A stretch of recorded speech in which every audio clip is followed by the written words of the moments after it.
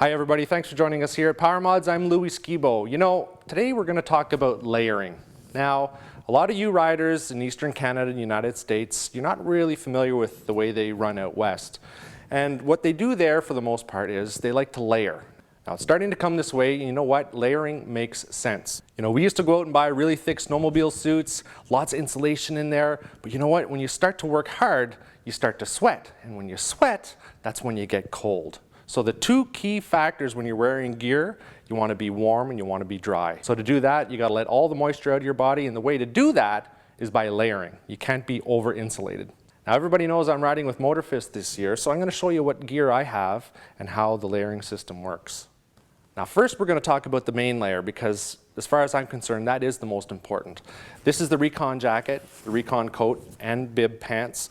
Now there's absolutely no insulation in this at all, but what it does is it keeps the wind out and it keeps you dry. It is 100% waterproof event membrane. It doesn't allow any water to go in, but it allows your moisture, your sweat, the evaporation to leave the coat and get away from your body, and that's what you want. Now you got to remember that when you're snowmobiling or playing outside in the cold weather, you never want to wear natural fibers like cotton or wool. They actually retain moisture, and then you get cold later on and it starts to freeze, and you're doing exactly the opposite of what it is that you want. Synthetics only when you're layering and snowmobiling. Now this is the next to skin pants, and I've got next to skin shirt.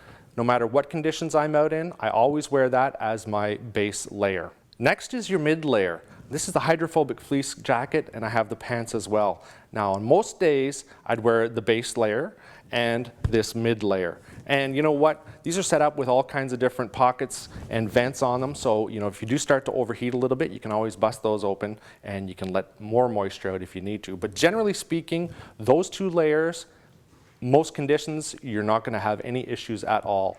Now the key to these fabrics, since they're synthetic, they allow the moisture to wick out right from that base layer, right through to the mid layer, and right out your coat. And the event membrane wicks it out about twice as fast as the competitor on the market. Now if you're not convinced that that's going to keep you warm, you can also get this here. This is the Turn Again Pass jacket, and you can get the pants as well. Now I know a lot of you guys are looking at this system thinking that there's no way that's going to keep you warm, but I'm telling you, if you can keep the water out, you can keep the wind out, and you can allow the moisture to leave your body when you're working hard, you're going to stay warm 100%, you're going to stay dry as well. Now for all you guys here in Eastern Canada, United States, it's time to get rid of those leather suits, those thick, bulky one-piece snowmobile suits. You got to get into layering like this.